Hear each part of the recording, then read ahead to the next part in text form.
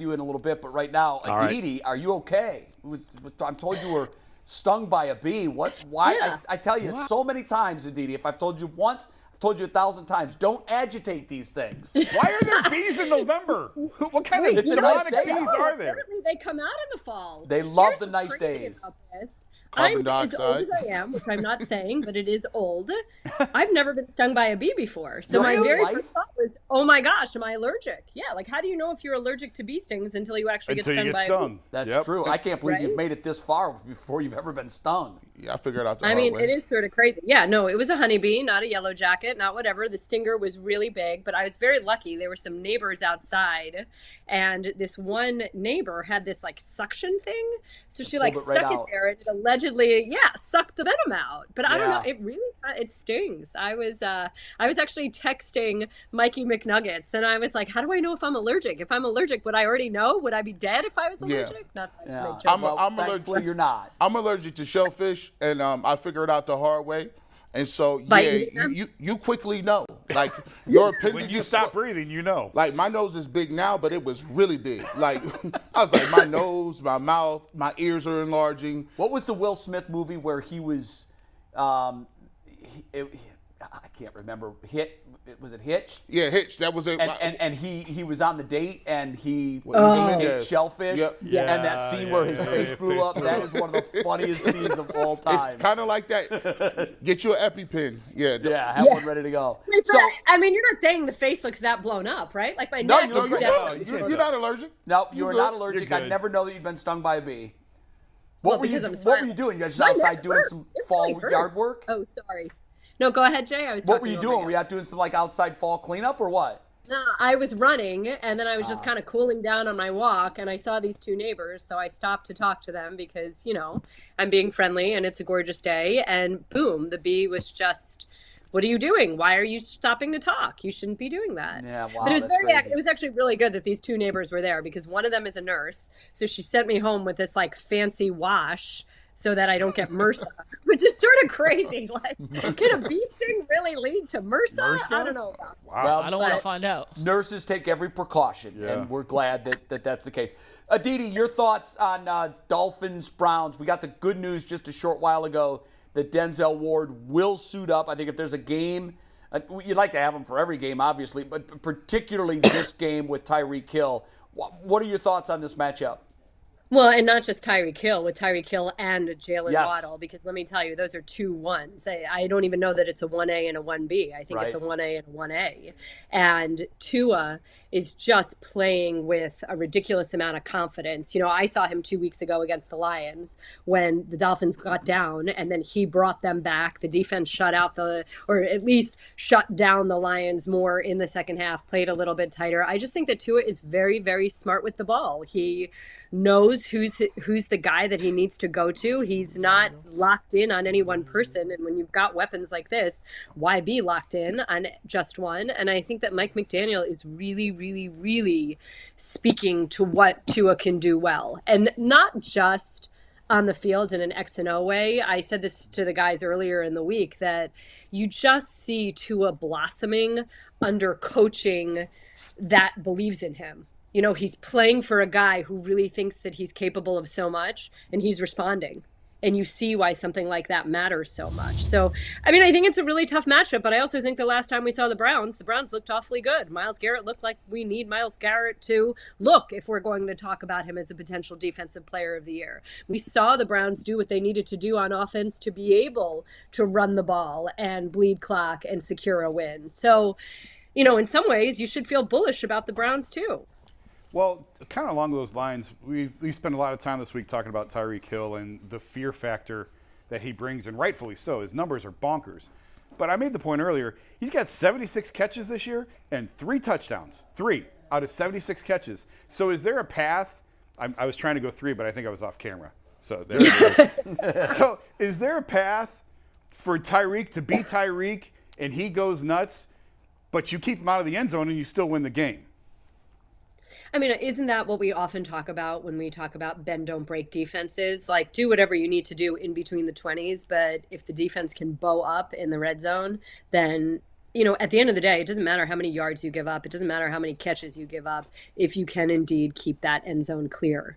And, I'll tell you, that's what I saw this last week with the Jaguars and the Raiders. Davante Adams, who the week before against the Saints had just one catch for 3 yards, went absolutely off in the first half. Josh McDaniels had told us that he was going to make a concerted effort to create opportunities for Davante Adams. And he did. Adams had, I think, 10 catches for 146 yards. Well, guess what happened in the second half? The Jaguars completely shut out the Raiders. So what looked like this huge game for Davante Adams, because if you look at the stats right now, it was a huge game, and I'm sure fantasy people think it was a huge game. At the end of the day, it didn't matter because the Jags kept the end zone clean when it really did matter. And so I think there's a piece of, as great as Denzel Ward is, as much as you have hopes for that Browns secondary, you're not keeping Tyreek Hill and Jaylen Waddle totally, completely catchless and yardless. Right. Yeah, But never if you going to can happen. somehow keep the Dolphins out of the end zone or limit how much they get into the end zone, I think the great Dick LeBeau used to say, if you could keep a team to 17 or fewer points, you had a better than 95% chance of winning. Those are hard guys to completely shut down. I mean, look at those numbers, right? Like, how are you just going to completely, totally put a clamp on them, on both of them? It's not as if there's one and you can bracket or cloud to the one. You've got to account for the other.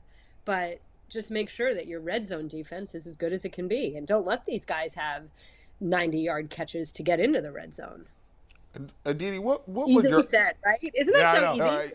Yeah. Easier said than done. We can make you coordinator. When you look at this game, I think this changes a lot. I think this changes people's perception. If you're able to beat Cincinnati, you come back after the bye week, you rest it up. If they're able to come and beat the Dolphins, how will that change your view on the Browns, and do you think that changes the way people feel about them moving forward into the next week? Okay, so I'm going to totally sound like a coach when I say this, but who gives a crap what anybody else thinks? Like, who cares what the external perception of that team is? We're not in some like BCS or Harris poll where we need style points here. Like, this is just about getting your wins, playing the type of football you want to play, and having sort of success beget success. So do people talk about the Browns differently if they beat the Dolphins? Yeah, sure, I guess, maybe. But, like, who cares? At the end of the day, are people really talking about the Bills differently because they lost to the Jets? Like, are the Bills suddenly not as good of a team because they lost one week? I don't think that that's what matters as much as it is that the Browns start stacking win after win after win. And this is what we've all been talking about for a few weeks now. The AFC is indeed wide open. There is a whole middle where no one's really separated themselves. And right now, there's not necessarily maybe the Chiefs, maybe the Bills, but there's not really anybody that you're like, my goodness, that team is never going to be caught, or that team can never be beat. I mean, look at just what happened with the Bills.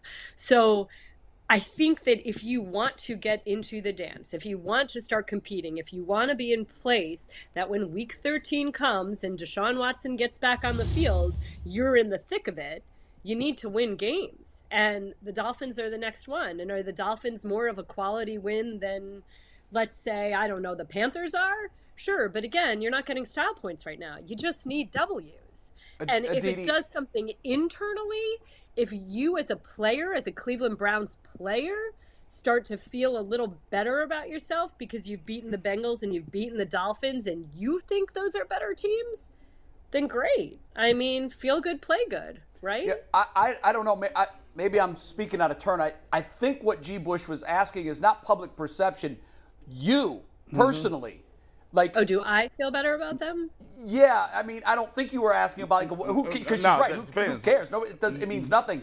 But from your expert position, and I know that you said it looks like no one's running away from it, but here's what suddenly watching the Monday night game, my thought was, Baltimore kind of is now. Baltimore has emerged as that team, and we know Cincinnati can be very good too.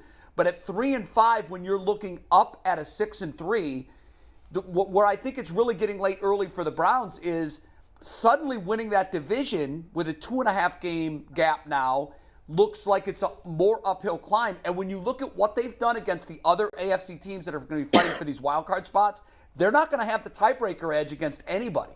So, so you personally, if they go out and put together, because they haven't done it this year, a second straight game where they look like the team we thought they were going to be, how do you and how does your perception of this team then change at 4-5, starting to go into some stretch here where you know you're getting Watson back soon?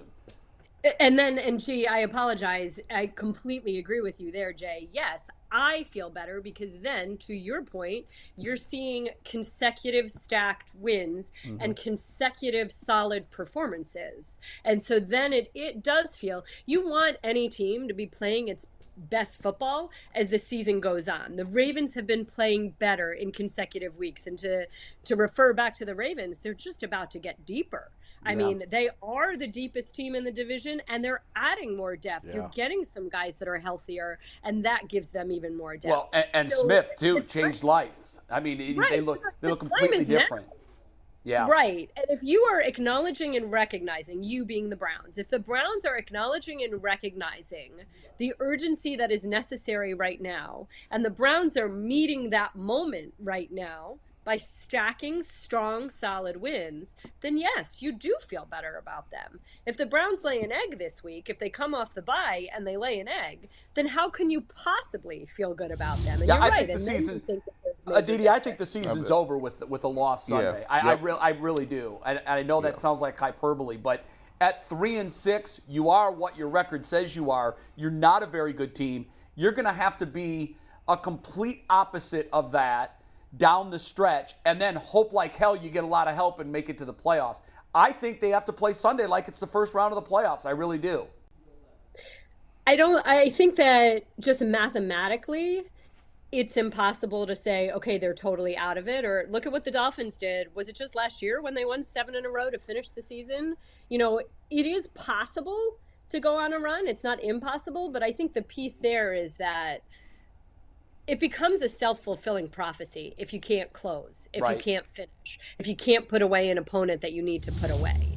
And I do think that intangible, that emotional thing plays into who you are and the type of swagger you have. And when you feel that you are playing for something, that you are playing to be in the race to continue playing, then I think that informs you in a different way than if you're just playing to put out good tape for yourself.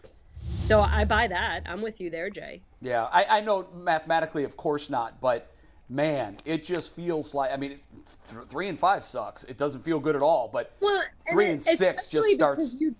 Right, and especially because you don't necessarily have a track record or a history of feeling that you're always winning. I'll use it. We talked about the Ravens earlier. Let's go back. Let's talk about the Steelers a few years ago when Ben Roethlisberger was gone and Duck Hodges was their starting quarterback. The end of that season, they're still in it. And they were one game out of making the playoffs with Duck Hodges, a guy that nobody in the NFL wanted as their starting quarterback. But that was in many ways made possible by Mike Tomlin and by Mike Tomlin's record of always being in it, of Mike Tomlin's nature and demeanor. And I'm not saying that Kevin Stefanski doesn't have that, but he doesn't have 15 years behind him. He doesn't have a Super Bowl behind him that he's necessarily the Pied Piper, that if he sits here and he tells guys that have never, really won, hey, just believe it, we can still win. Right. It's easier to take that hill with Tomlin. Yeah, it's a little harder of a sell, You know, when you said that, you reminded me of one of the most incredible stats in all of sports. And I'm going to mess this up because I don't know exactly what it is. But as Ben retired, I remember, I think it was Jim Nantz on the call saying that in his entire career, how many years was it? 16? 18. Okay. 18. In his entire career, I think he played one game where he had no chance of making the playoffs, where they were actually eliminated from playoff contention. It was the last game of whatever season that they didn't make the playoff. So, I mean, when you think about that, the fact that he played for all that time, that every single football game he played was kind of like, we're still in this thing. We can still have a chance. It's mind-numbing to me. It's funny because, it's actually a conversation I had a few years ago with Jason's buddy Ken Carmen on the radio. And I had said, would you as a fan base, because in the city of Pittsburgh, they make so much of the fact that Mike Tomlin has never had a losing season. He's had 500 seasons. He's had 8-8 seasons, but he's never had a losing season. Right. And so I had said, at some point, that really just doesn't mean much. Right? Like Mike Tomlin has won 3 playoff games in the last 11, 12 years. Right. That whole time when he had Antonio Brown and Le'Veon Bell and Ben Roethlisberger and one of the best O-lines in the NFL and a defense littered with first-round picks, all he had to show for it was one trip to the AFC title game. So I was kind of saying, not having a losing season really doesn't count for much. Like, wouldn't you rather win a Super Bowl and suffer a couple down years? Think about the Eagles, for instance. The Eagles win a Super Bowl and then have a couple down years. But you've got that high of actually winning. Or do you think it's really, really fun to be engaged in your team every single December? Yeah. So people in Pittsburgh have not celebrated anything of note in whatever. Celebrated a hell of a lot more than we have. Yep. Right, but every single December they're turning on the TV, and the game ends. Yep. Yeah, sign me up for that plan. That at least your team captures your attention until December. Yeah, we were on that plan in the late '80s and the early '90s, and it was a hell of a lot of fun. No, we never even got to a Super Bowl, but I'd take that over what we've had over the last 30 years any day. So. Competing. Yeah, so, I mean, I'm not willing to write off the Browns yet. I really liked what I saw Monday night against the Bengals. I thought that was kind of a make-or-break moment. Our buddy Adam made a point of saying if they lose that game, just get rid of Kareem Hunt, call it the end. And the Browns responded. And I had said on air, I think that Myles Garrett really needs to put this team on his back. And Myles Garrett responded. He did. And you saw what the Bengals just turned around and did to the Panthers. I mean, what did Joe Mixon have Monday night in Cleveland? 30 yards? 30 rushing yards? We put a complete lid on him. He goes out and scores 5 touchdowns? Yeah. My fantasy team loved every second of it. Yeah, you're right. Aditi, go ahead on. We've got to run because Bull's dying to do this Guardians preview for next season. But he's cussing right now. Be well. We will see you next week, and I hope your bee sting is okay. Thanks, guys. Have a great weekend. Bye, Aditi.